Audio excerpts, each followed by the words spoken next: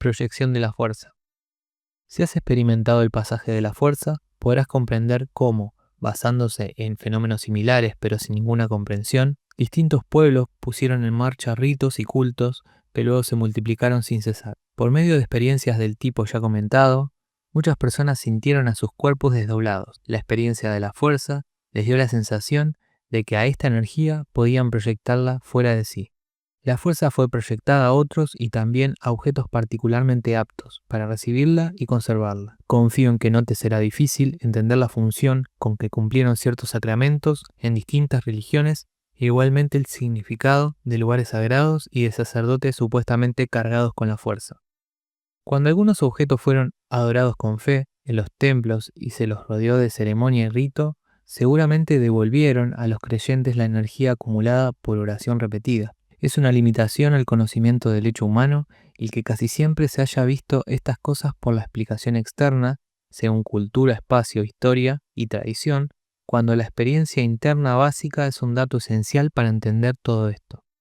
Este proyectar, cargar y restituir la fuerza volverá a ocuparnos más adelante, pero desde ya te digo que el mismo mecanismo sigue operando aún en las sociedades desacralizadas, donde los líderes y los hombres de prestigio están nimbados de una especial representación para aquel que los ve y quisiera hasta tocarlos o apoderarse de un fragmento de sus ropas o de sus utensilios. Porque toda representación de lo alto va desde el ojo hacia arriba de la línea normal de la mirada, y altas son las personalidades que poseen la bondad, la sabiduría y la fuerza, y en lo alto están las jerarquías y los poderes, y las banderas y el Estado, y nosotros, comunes mortales, debemos ascender en la escala social y acercarnos al poder a todo coste. Qué mal estamos manejados por esos mecanismos que coinciden con la representación interna, con nuestra cabeza en lo alto y nuestros pies pegados a la tierra. Qué mal estamos cuando se creen esas cosas, y se cree porque tienen su realidad en la representación interna. Qué mal estamos cuando nuestra mirada externa no es sino proyección ignorada de la interna. Pérdida y represión de la fuerza. Las mayores descargas de energía se producen por actos descontrolados. Estos son la imaginación sin freno, la curiosidad sin control, la charla desmedida, la sexualidad excesiva y la percepción exagerada. El mirar, oír, gustar, etc. de manera desbordada y sin objetivo. Pero debes reconocer también que muchos proceden de ese modo porque descargan sus tensiones que de otro modo serían dolorosas. Considerando esto y viendo la función con que cumplen tales descargas, convendrás conmigo en que no es razonable reprimirlas, sino más bien ordenarlas.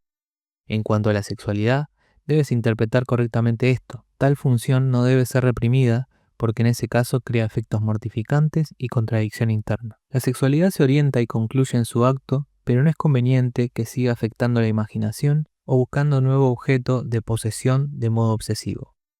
El control del sexo por una determinada moral social o religiosa sirvió a designios que nada tenían que ver con la evolución, sino más bien con lo contrario.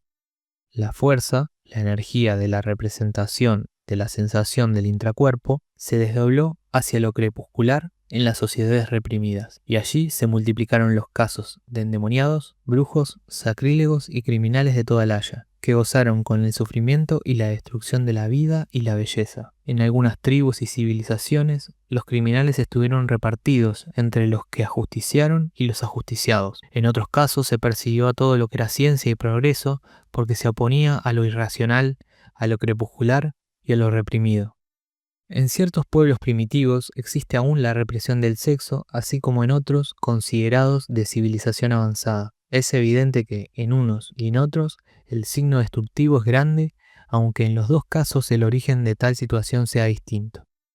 Si me pides más explicaciones te diré que el sexo es en realidad santo y es el centro desde el cual se impulsa la vida y toda creatividad, así como desde allí también se impulsa toda destrucción cuando su funcionamiento no está resuelto.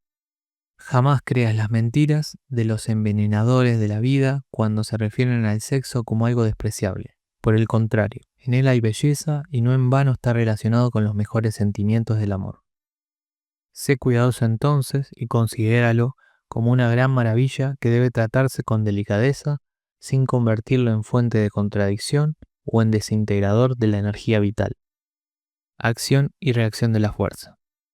Te expliqué anteriormente, cuando encuentres una gran fuerza, alegría y bondad en tu corazón, o cuando te sientas libre y sin contradicciones, inmediatamente agradece en tu interior. Agradecer significa concentrar los estados de ánimo positivos asociados a una imagen, a una representación.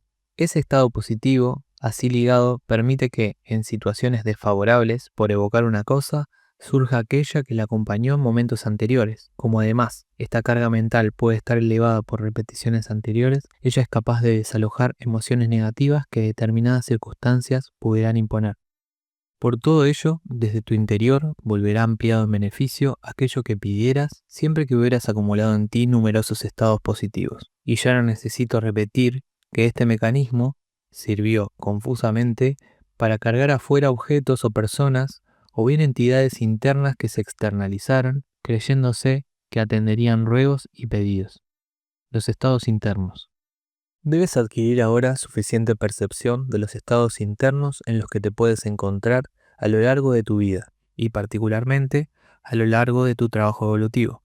No tengo otra manera de hacer la descripción que con imágenes, en este caso alegorías. Estas, según me parece, tienen por virtud concentrar visualmente estados de ánimo complejos. Por otra parte, la singularidad de encadenar tales estados como si fueran distintos momentos de un mismo proceso introduce una variante en las descripciones siempre fragmentadas a que nos han acostumbrado aquellos que se ocupan de estas cosas.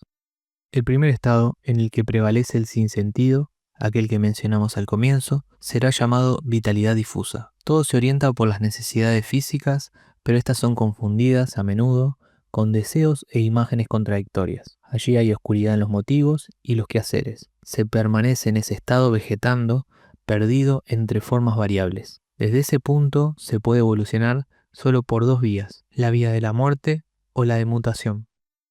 La vía de la muerte te pone en presencia de un paisaje caótico y oscuro. Los antiguos conocieron este pasaje y casi siempre lo ubicaron bajo tierra o en las profundidades abisales. También algunos visitaron ese reino para luego resucitar en niveles luminosos. Capta bien esto de que abajo de la muerte existe la vitalidad difusa.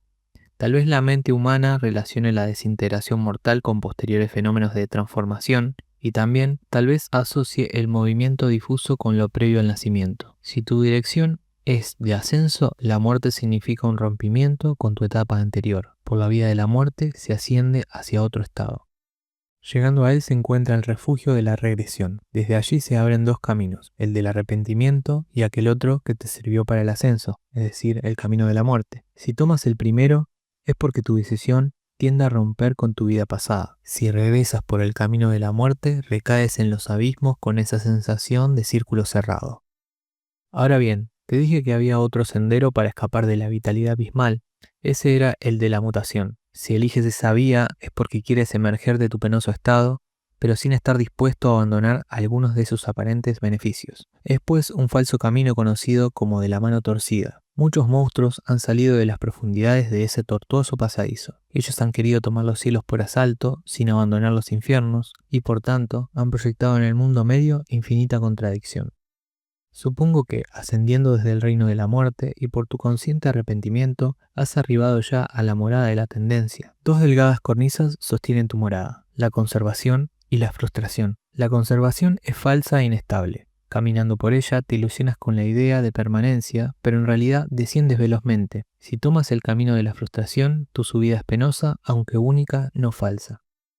De fracaso en fracaso, puedes llegar al próximo descanso que se llama la morada del desvío. Cuidado con las dos vías que tienes ahora por delante. O tomas el camino de la resolución, que te lleva a la generación, o tomas el de resentimiento, que te hace descender nuevamente hacia la regresión. Allí estás plantado frente al dilema. O te decides por el laberinto de la vida consciente, y lo haces con resolución, o regresas resentido a tu vida anterior. Son numerosos los que no habiendo logrado superarse cortan allí sus posibilidades. Pero tú que has ascendido con resolución, te encuentras ahora en la posada conocida como generación. Allí tienes tres puertas. Una se llama caída, otra intento y la tercera degradación. La caída te lleva directamente a las profundidades y solo un accidente externo podría empujarte hacia ella. Es difícil que elijas esa puerta. Mientras que aquella de la degradación te lleva indirectamente a los abismos, desandando caminos en una suerte de espiral turbulento en el que reconsideras de continuo todo lo perdido y todo lo sacrificado. Este examen de conciencia que lleva a la degradación es, por cierto, un falso examen en el que subestimas y desproporcionas algunas cosas que comparas. Tú cotejas el esfuerzo del ascenso con aquellos beneficios que has abandonado. Pero si miras las cosas más de cerca, verás que no has abandonado nada por ese motivo, sino por otros. La degradación comienza pues falseando los motivos que al parecer fueron ajenos al ascenso. Yo pregunto ahora, ¿qué traiciona la mente? ¿Acaso los falsos motivos de un entusiasmo inicial? ¿Acaso la dificultad de la empresa? ¿Acaso el falso recuerdo de sacrificios que no existieron o que fueron impulsados por otros motivos? Yo te digo, y te pregunto ahora, tu casa se incendió hace tiempo, por ello decidiste el ascenso, o ahora piensas que por ascender aquello se incendió. ¿Acaso has mirado un poco lo que sucedió a otras casas de los alrededores? No cabe duda que debes elegir la puerta media. Sube por la escalinata del intento y llegarás a una cúpula inestable. Desde allí, desplázate por un pasillo estrecho y sinuoso que conocerás como la volubilidad, hasta llegar a un espacio amplio y vacío, como una plataforma, que lleva por nombre espacio abierto de la energía. En ese espacio puedes espantarte por el paisaje desierto e inmenso, y por el aterrador silencio de esa noche transfigurada por enormes estrellas inmóviles. Allí exactamente sobre tu cabeza verás clavada en el firmamento la insinuante forma de la luna negra, una extraña luna eclipsada que se opone exactamente al sol. Allí debes esperar la alborada, paciente y con fe, pues nada malo puede ocurrir si te mantienes calmo. Podría suceder en tal situación que quisieras arreglar una salida inmediata de allí. Si tal ocurre, podrías a tientas encaminarte a cualquier lugar con tal de no esperar el día prudentemente. Debes recordar que todo movimiento allí en la oscuridad es falso y genéricamente llamado improvisación. Si olvidándote de lo que ahora menciono, comenzaras a improvisar movimientos, ten la certeza que serías arrastrado por un torbellino entre senderos y moradas hasta el fondo más oscuro de la disolución. Qué difícil resulta comprender que los estados internos están encadenados unos a otros. Si vieras qué lógica inflexible tiene la conciencia, advertirías que en la situación descripta, quien improvisa ciega fatalmente comienza a degradar y a degradarse. Surgen después en él los sentimientos de frustración y va cayendo luego en el resentimiento y en la muerte, sobreviniendo el olvido de todo lo que algún día alcanzó a percibir. Si en la explanada logras alcanzar el día, surgirá ante tus ojos el radiante sol que ha de alumbrarte por vez primera la realidad. Entonces verás que en todo lo existente vive un plan. Es difícil que caigas desde allí, salvo que voluntariamente quieras descender hacia regiones más oscuras para llevar la luz a las tinieblas. No es valioso desarrollar más estos temas porque sin experiencia engañan, trasladando al campo de lo imaginario lo realizable. Que sirva lo dicho hasta aquí. Si lo explicado no te fuera útil, ¿qué podrías objetar? Ya que nada tiene fundamento y razón para el escepticismo próximo a la imagen de un espejo, al sonido de un eco, a la sombra de una sombra. La realidad interior. Repara en mis consideraciones. En ellas no habrás de intuir sino alegóricos fenómenos y paisajes del mundo externo, pero también en ellas hay descripciones reales del mundo mental. Tampoco debes creer que los lugares por donde pasas en tu andar tengan algún tipo de existencia independiente. Semejante confusión hizo a menudo oscurecer profundas enseñanzas, y así hasta hoy algunos creen que cielos, infiernos, ángeles, demonios, monstruos, castillos encantados, ciudades remotas y demás tienen realidad visible para los iluminados. El mismo prejuicio, pero con interpretación inversa, ha hecho presa de escépticos sin sabiduría que tomaron esas cosas por simples ilusiones o alucinaciones padecidas por mentes afiebradas.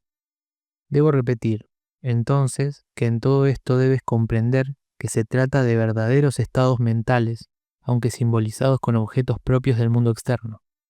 Toma en cuenta lo dicho y aprende a descubrir la verdad tras las alegorías, que en ocasiones desvían a la mente, pero en otras traducen realidades imposibles de captar sin representación.